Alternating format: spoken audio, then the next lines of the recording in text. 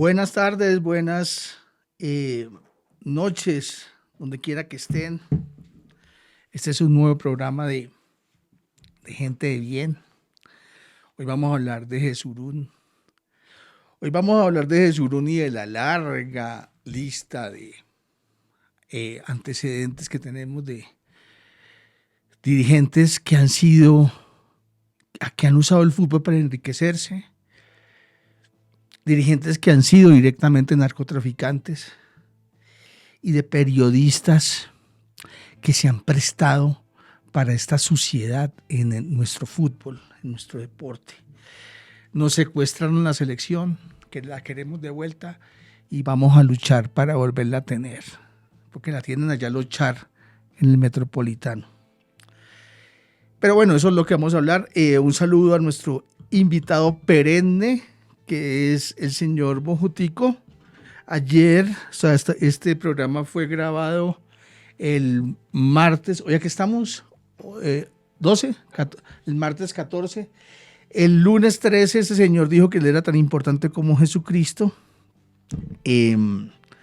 Publicó un mensaje muy polémico que tuvo que borrar. Está en una pelea con el Papa León XIV, quien pues como todo cristiano real está en desaprueba la matanza que realiza ese señor en lugares como Irán. Entonces, otra mala semana para nuestro invitado. Tenemos varias recomendaciones. Uno, este libro acaba de salir a librerías. Es un perfil maravilloso que hizo León Valencia sobre Iván Cepeda y que le pone un tate quieto a las mentiras y a las calumnias que se vienen hablando de Cepeda desde el Twitter de Uribe. Estamos cansados, pero sobre todo ya me harté de Iván Cepeda. Iván, ¿cuándo vas a volver a demandar a Uribe por infamia y calumnia? No puede ser que tu papá, que fue víctima de los grupos de extrema derecha colombianas, tu papá que fue víctima del ejército, tenga que salir Uribe cada rato a decir que tu papá fue un insurgente. Y ahí pego este libro que es maravilloso, tumba todas las calumnias que se dicen sobre Iván. Me encontré con este libro en un usado, se llama Los jinetes de la cocaína, de Fabio Castillo. Fabio Castillo murió en noviembre del 2025 en condiciones de extrema pobreza. Así paga Colombia los periodistas que son berracos y que dicen la verdad. Este sello incluso esta editorial es prácticamente una editorial independiente. Dice que es ficha del ICFES, imagínense. Pero a lo que voy con este libro es que me encontré una historia sobre el papá de Uribe, porque Uribe lleva mucho tiempo diciendo que al papá de él lo mataron las FARC. Mire lo que dice Fabio Castillo en 1987 en el libro Los jinetes de la cocaína. Escuchen bien, pues. También es oriundo de Antioquia el senador Álvaro Uribe Vélez, cuyo padre, Alberto Uribe Sierra, era un reconocido narcotraficante, quien le otorgó licencia a muchos de los pilotos de los narcos cuando fue director de Aerocivil. Uribe estuvo detenido en una ocasión para ser extraditado, pero Jesús Aristizábal Guevara, entonces secretario de gobierno de Medellín, logró que lo pusieran en libertad. Cuando dice Uribe es el papito de Álvaro, o sea, Alberto. Al entierro de Uribe Sierra, asesinado cerca de su finca en Antioquia, asistió el entonces presidente de la República, Belisario Betancur, y buena parte de la crema innata de la sociedad antioqueña, en medio de veladas protestas de quienes conocían sus vínculos con la cocaína. Lectura recomendada entonces: Cepeda, para ponerle fin a las mentiras, y Los jinetes de la cocaína, para que sepan quién fue el papá de Uribe. Entonces, entrando en materia, vamos a hablar del señor Jesurún, porque a principios de marzo la Federación Colombiana de Fútbol abrió en Barranquilla, un hotel 5 estrellas de lujo, una cosa de locos. Eso invitó a Gianni Infantino, a Domínguez, el de la Conmebol, a un poco de señores de ojos cárdenos por el consumo de whisky, y pues a la gloria del fútbol colombiano, está muy bien, y por supuesto a los periodistas de bolsillo de la federación, entre los que se destaca el señor César Augusto Londoño, sobre el que vamos a hacer un programa próximamente. No solamente un programa, vamos a hacer una serie de programas. Infantino estuvo ahí, pero entre los invitados había una personita muy especial. Se llama Eduardo Dávila. Eduardo Dávila, desde los años 70, viene siendo detenido porque en esa época él es samario, y en la Sierra Nevada se daba la mejor cosecha de marihuana que uno podría conseguir en los 70, que era la Punto Rojo, del cual muchos de ustedes serán fan. Él exportaba en esa bonanza marimbera la marihuana y lo agarraron preso varias veces, consiguió mucha plata y fue dueño, entre otras empresas, del Unión Magdalena. Pero el problema es que en el 2009 fue detenido y condenado a 34 años de cárcel por el asesinato de Carmen la Nena Vergara Díaz Granados, quien era la encargada de llevarle la contabilidad a la viuda de Jorge Génico Cerchar, María del Pilar Espinosa. Entonces, ¿qué es lo que pasa ahí? A mí me encantan estos chismes rosa, aunque ya cuando hay un personaje cercano a Jesurún, no se vuelve chisme rosa, sino crónica roja. La nena le dijo a María del Pilar Espinosa, le decía que no se metiera con ese delincuente de Eduardo Dávila, porque el tipo era un delincuente. Entonces Eduardo Dávila la mandó a matar y se comprobó que había sido él quien mató a la nena Vergara. Le dieron 34 años de cárcel, las pagó una partecita muy chiquita en la cárcel del Bosque de Barranquilla, donde se cansó de hacer fiestas, y luego lo trasladaron a su casa. Hoy en día pues igual tiene casa por cárcel en Colombia, y en una ciudad como Santa Marta, es decir, tiene ciudad por cárcel. Entonces ese fue uno de los invitados de Jesurún a la fiesta que hizo de inauguración del hotel. Pero las federaciones vienen teniendo problemas desde hace mucho. El fútbol colombiano tiene su auge,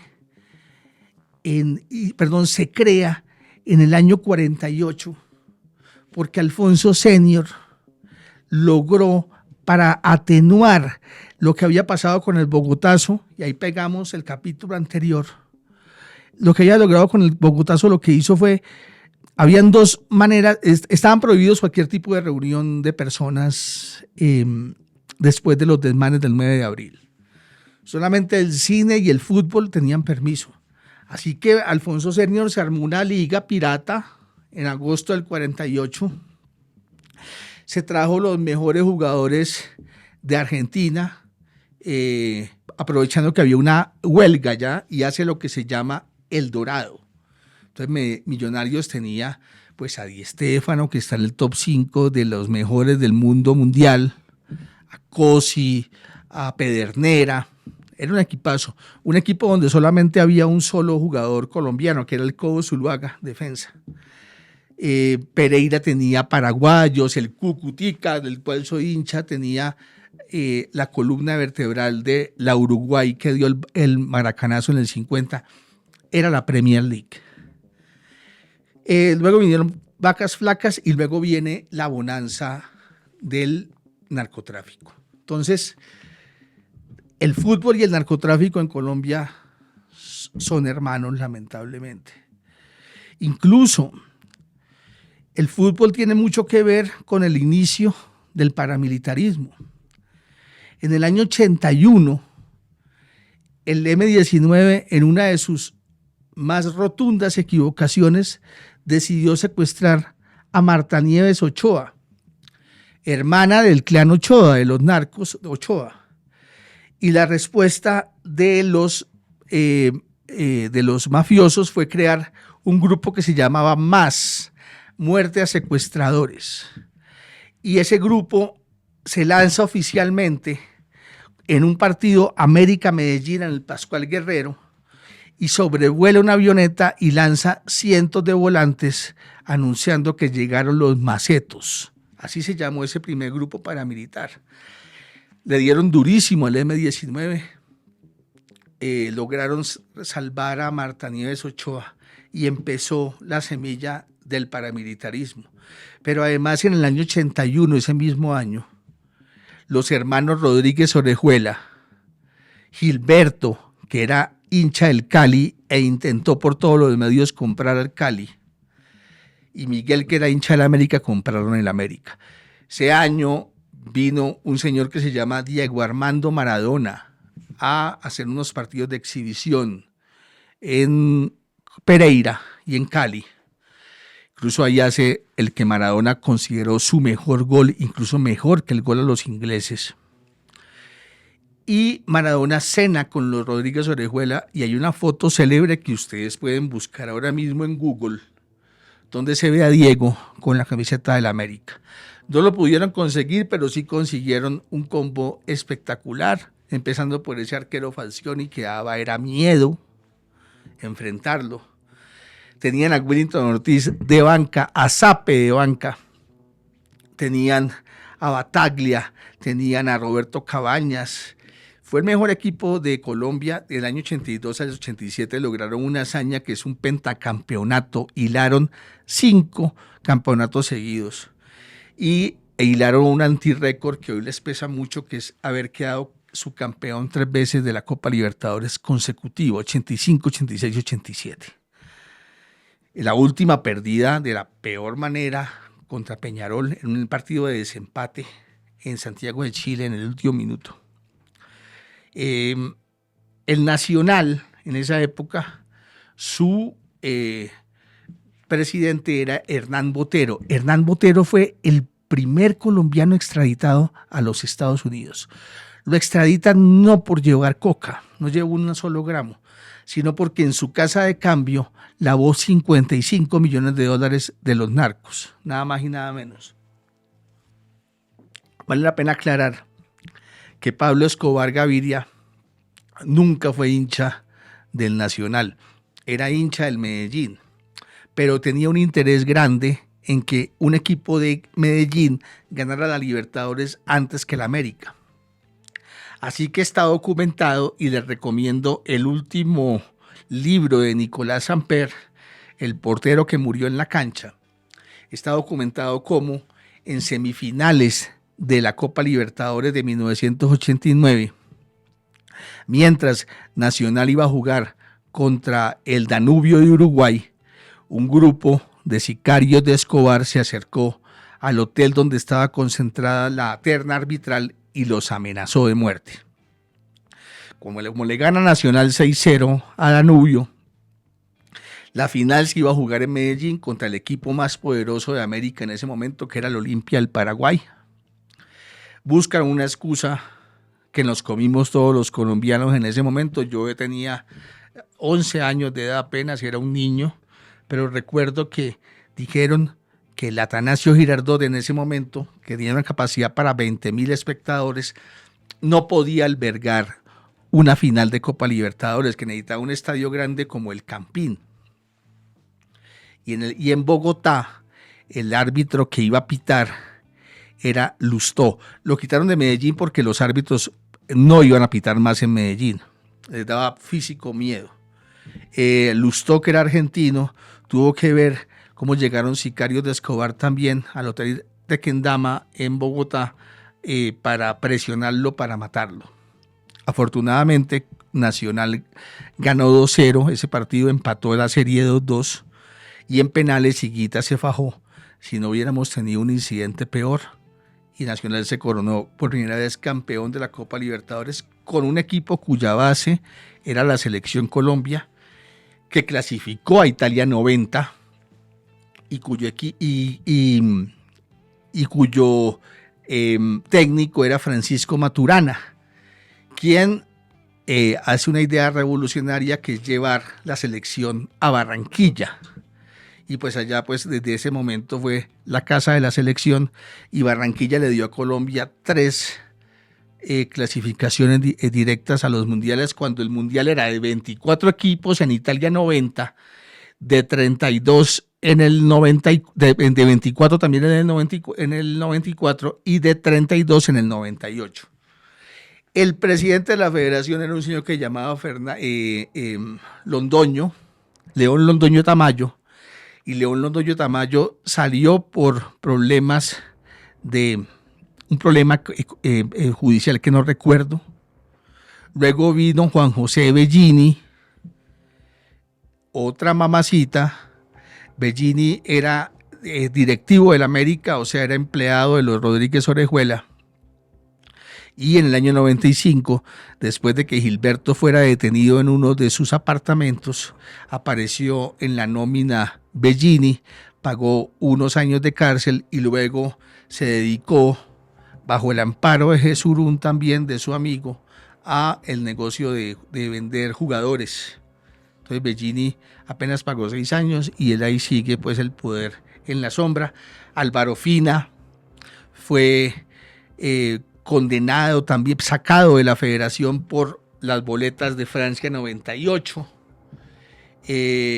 Astudillo en los 2000 no tuvo ningún problema judicial, tuvo bastante problemas de incompetencia porque era malísimo. Después vino Bedoya, que fue, pues está preso por el FIFA Gate, lo arruinaron. Y luego aparece Jesurún, y Jesurún en marzo del 2026 se reelige para un tercer periodo consecutivo, algo que la ley prohíbe. Yo quiero saber cómo hizo Jesurún para no cumplir la ley, porque la ley prohíbe que un presidente de la federación tenga 3 campeonatos seguidos, tres presidencias de federación seguidas. Acá hay periodistas muy valientes. Uno de ellos es Alejandro Pino Calat, quien ha denunciado el poder que tiene Jesurún y la capacidad que tiene para cooptar entes claves y salir impune. Esto le costó a Alejandro Pino, según lo que él mismo dijo, le costó su puesto en el Gol Caracol hace unos años por pedido de Jesurún, quien le dijo a Javier Hernández Bonet que si no sacaba a Alejandro Pino Calat, él dejaba de ser socio de Caracol, porque él no iba a trabajar con enemigos. Al periodismo crítico siempre es un problema y le dicen que es enemigo del poder. De hecho, lo tiene que ser. Entonces ahora vemos a Jesurún completamente cobijado por periodistas muy obedientes de sus patrones, como César Augusto Londoño, quien es adepto y vive muy arrodillado y es muy buen empleado de Gustavo Serpa, presidente del Grupo Prisa y presidente de Millonarios. Por eso César Augusto se aguantó 6 años seguidos de fracasos de Gamero, porque Gamero, a pesar de que tuvo solamente un par de títulos, teniendo una de las hinchadas más fervorosas del país, Londoño convencía a su hinchada de no pedir resultados deportivos, porque es que estaba sacando cracks. Entonces, que todo lo importante era las finanzas del club. Porque hay que recordar que así como América tenía a Gilberto y a Miguel Rodríguez Orejuela, y Pablo Escobar tenía a lavadores de dinero como Hernán Botero, Millonarios fue comprado en el año 85 por Rodríguez Gacha. por el mexicano, quien trajo una nómina también pues de lujo, ¿no? Bantuín, que era selección argentina, Sergio Goycochea, subcampeón del mundo 1990. Y hay un partido muy complicado que tienen en la Copa Libertadores del 89 en cuartos de final, Millonarios Nacional, pitado por un referee chileno llamado Hernán Silva, que pitó el partido en Medellín quedó 1-1 y el partido en Bogotá lo iba ganando 1-0 Nacional con gol de Trelles, pero el árbitro cometió unos errores muy inexplicables. Uno de ellos es un penalti clarísimo que le da Higuita al Pájaro Juárez, y el árbitro lo ignora. Entonces desde ahí empezó una rivalidad que antes era América Nacional, y empezó esa rivalidad, fue Nacional Millonarios. En ese partido, cuentan, en los palcos estaban los gatilleros de Gacha y los gatilleros por otro lado de Pablo Escobar. Formaban parte de la misma organización, pero Gacha ya en ese año 89 estaba pensando realmente traicionar a Pablo Escobar y crear toldo aparte. Gacha era el gran jefe financiero y militar del cartel de Medellín, y Gacha lo asesinan en diciembre, el 18 de diciembre del 89, el ejército colombiano. Entonces, eran épocas difíciles. Termina todo esto con la captura del cartel de Cali, con el desmembramiento del cartel de Medellín, y termina pues el cartel de Medellín transformado en otras cosas, como la oficina de Envigado, que aún perdura. Y el Atlético Nacional es comprado por el Grupo Ardila, y pues pasan a ser una sociedad respetable, un club respetable. Al menos eso lo intentan aparentar y lo logran con mucho éxito. Pero el fútbol colombiano jamás volvió a traer estas superfiguras estelares del fútbol mundial, porque ya no hubo cómo. Nosotros fuimos importantes gracias al narcotráfico en el fútbol, y un último remanente de esto fue lo que pasó con el Cúcuta entre el año 2005 y 2008, cuando un personaje siniestro como Ramírez Suárez Corzo, que actualmente está pagando una condena por asesinato, todos son así, qué cosa tan tremenda,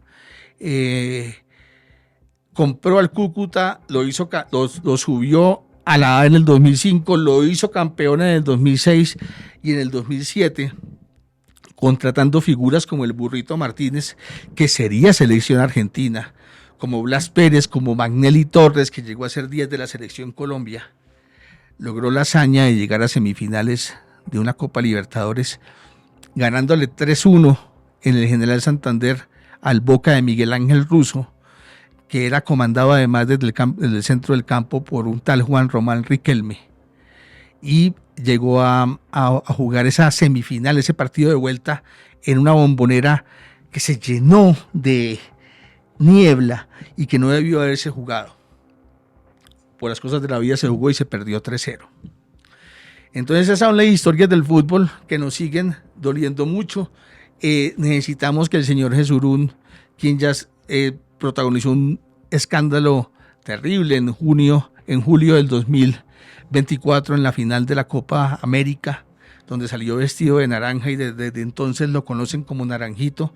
Necesitamos que Jesurún cumpla la ley, que además vea qué está pasando con la investigación sobre compra de boletas para el Mundial de Rusia, y que entregue ya la selección, que la saque de Barranquilla.